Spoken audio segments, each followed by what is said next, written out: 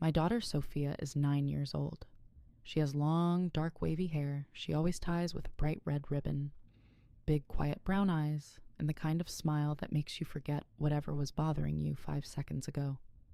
She is a dreamer, the kind of kid who draws tiny flowers in the margins of her homework, sings made-up songs in the shower, and keeps a stuffed bear named Captain on her pillow, who she whispers to every single night before she falls asleep.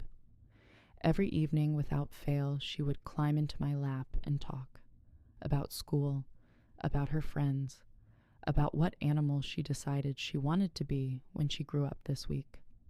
She changed her mind constantly. Last month, it was a marine biologist. The week before that, a professional cupcake decorator. I never corrected her. I just listened and held her and tried to remember every single word. Mom, today I told Juan his drawing was the best one in the whole class, and he turned so red. Like a tomato. A tiny human tomato. She'd bury her face in my shoulder, giggling. I live for those evenings. I want you to understand that before I tell you the rest. I want you to know exactly what we had. Before I tell you what happened to it. That was before a Wednesday in October. I came home from work late that evening. Sophia was already in bed. Her phone was on the desk, screen blinking with a notification. I'm not the kind of mother who goes through her child's things. I believe in trust. I believe kids need space to be kids without a parent hovering over every word they type. But something made me pick it up. Maybe it was the way she'd barely spoken at dinner. Maybe it was the small pile of torn notebook paper I'd noticed in the trash can. Pages ripped out carefully and folded small, like she didn't want me to see what was on them. Maybe it was just instinct. That low hum in your chest that every mother knows and can't explain. I unlocked the screen. There was a chat I had never seen before. A private one. Sophia and a boy named Juan from her class. I told myself I would read one message. Just one. Just to make sure she was safe. I read every single one of them. They had been talking for 6 weeks. It started sweetly. Drawings they liked, a teacher they both found boring, a funny thing that happened at recess involving a soccer ball and the vice principal's coffee. Normal 9-year-old stuff. Innocent. But somewhere around week 3, the messages changed. Because Sophia trusted him. She really fully, completely trusted him. And when a child that age trusts someone, they open everything. Every room, every door, every locked drawer they've been carrying alone. While my mom cried in the bathroom again last night. She thinks I don't hear her, but I always do. My dad doesn't call on Sundays anymore. I keep my phone next to me just in case, but he doesn't call. I'm scared that Mom is going to get really, really sad, and I won't know how to make it better, and then something bad is going to happen. I don't know what just something bad. Don't tell anyone, okay? Promise me. I promise Sophia. I promise forever. I sat on the edge of her bed in the dark and I could not breathe. Not because she had written those things. Because she had needed to. Because my 9-year-old daughter had been carrying the weight of our divorce, my crying, her father's silence, her fear of being abandoned, completely alone, and had finally found one single person she felt safe enough to pour it into, and she had trusted him with all of it. Then I scrolled down. 3 days before that Wednesday, Juan had taken screenshots. Every message, every secret, every word Sophia had written, thinking it lived only between the two of them, and he had posted them in the main class group chat, the one with all 22 kids in her grade, plus 3 parent volunteer helpers who had never been removed from the group after the school field trip in September. The first message he posted said, "Guys, look at what Sophia told me, LOL." Then the screenshots. Then the replies came. OMG, she said her mom cries in the bathroom, ha ha ha. Sophia, your dad doesn't love you, That's actually so embarrassing for her. Why would she say all that? She told Juan her dad left with some lady from work. bet she cries at school tomorrow, watch. Why would you even tell someone that she's so dumb? There were 34 replies. Laughing emojis stacked on top of each other. Crying emojis used as jokes. One child, a girl Sophia had been to 3 birthday parties for, wrote, "I always knew she was weird." Another wrote, "Someone should tell her she's not the main character." Sophia had read all of it.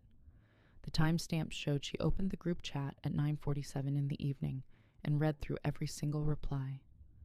Then she put the phone face down on the desk and went to bed. She never said a single word to me. I stood in the hallway outside her door for a long time after that. I could hear her breathing, slow and even, asleep. And I thought about how she had sat across from me at dinner that very same night and answered fine when I asked how school was. Picked at her food, excused herself early. I had assumed she was tired. I let her go. I kissed her forehead and told her to sleep well and closed the door. She wasn't tired. She was in pieces, and she had sat across from me and smiled and protected me from knowing it. 9 years old, protecting her mother. Morning came. She said her stomach hurt and she could not go to school. Her eyes were swollen at the corners in a way she had clearly tried to hide by splashing cold water on her face. She sat at the kitchen table in her pajamas and stared at her cereal bowl without lifting the spoon. I sat down across from her. I put my hands flat on the table. I said, "Sophia, I know about the chat." She looked up at me. I have been a mother for 9 years. I have seen her face cycle through every expression a child can make. Joy, stubbornness, mischief, exhaustion, genuine fury over a snack I forgot to pack. I know her face better than I know my own. What I saw in that moment was not sadness. It was shame. Total, deep, full-body shame. She believed, somewhere in her 9-year-old heart, in a place she had not put into words yet, that she deserved what had happened, that she had been foolish to trust someone, that the embarrassing part was not what Juan did, but what she had written, that her pain, her fears, her father not calling on Sundays, that was the embarrassing part. That was the thing that made people laugh. "Mom, I'm sorry," she whispered. I got up and I held her. I told her she had nothing, not one single thing to be sorry for. I told her what Juan did was wrong. I told her everything she wrote was brave and true, and none of it should ever have left that conversation. She nodded against my shoulder, but she did not cry. She just held on very tight, both hands gripping the back of my shirt the way she used to when she was 3, and didn't want me to put her down. She stayed home that day, and the next. On the 3rd morning, she said she was ready and packed her bag quietly and braided her own hair, something she had always asked me to help her with. She walked to the car and got in and stared out the window, the whole drive with her hands folded in her lap and the ribbon in her hair slightly crooked. At pickup, she came out last, walking close to the wall, away from the groups of kids by the door. That night, she did not climb into my lap. She said goodnight from the doorway, both hands on the frame, and went to her room and closed the door. Captain the Bear was on the pillow, but she did not whisper to him. I know because I stood in the hall and listened and heard nothing. Just quiet. The drawing stopped. The shower song stopped.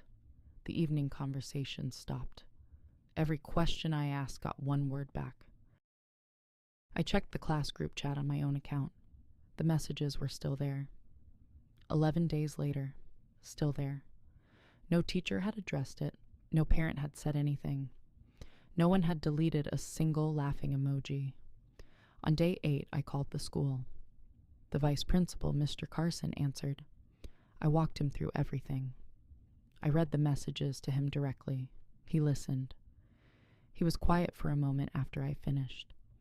Then he said he appreciated me bringing it to his attention and that they took these situations very seriously. And then he said, I do want to make sure we're seeing the full picture here. Were there any messages from Sophia that could be construed as... I stopped him. She is 9 years old, I said. She trusted a friend with private information about a painful situation in our family.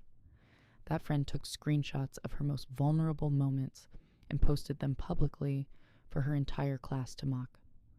The content has been sitting in that chat for 11 days with no response from any adult. That is the full picture. He scheduled a meeting for Friday. Thanked me for my patience. I was not patient. Thursday morning, I called the family lawyer I had worked with during the divorce. I asked her to put together a formal letter to the school, 1 page, clear, outlining their documented duty of care, the 11-day window during which the bullying content remained active and visible to students and parent volunteers without intervention, and the school board's published anti-bullying policy, Section 4, which they were currently in direct violation of. She sent it Thursday at 10 in the morning. Friday's meeting had a completely different energy than Monday's phone call. Mr. Carson was there. Miss Briggs, Juan's homeroom teacher, Juan's parents, Juan himself, small, pale, staring at the table. His mother began speaking almost immediately. Juan felt terrible. He was a child who did not understand the consequences of his actions. And then she said carefully that perhaps Sophia sharing such personal information with a boy at her age was also something worth discussing. I put the lawyer's letter on the table. Complete silence. By the end of the meeting, the group chat was fully deleted. Juan received a formal written warning placed permanently in his school record. The school committed to sending a communication to all class parents about digital privacy and the school's anti-bullying policy within 5 business days. Juan was required to write a handwritten letter of apology to Sophia, handwritten, not typed, which she could choose to read or not, entirely on her terms, with no pressure either way. He also lost access to the school tablet lending program for the remainder of the semester. Juan's mother did not say another word after the letter hit the table. I told Sophia about the outcome that evening. I kept it short and honest. The school took it seriously. Juan faced real consequences. She had done absolutely nothing wrong, and the people responsible for keeping her safe had been held accountable.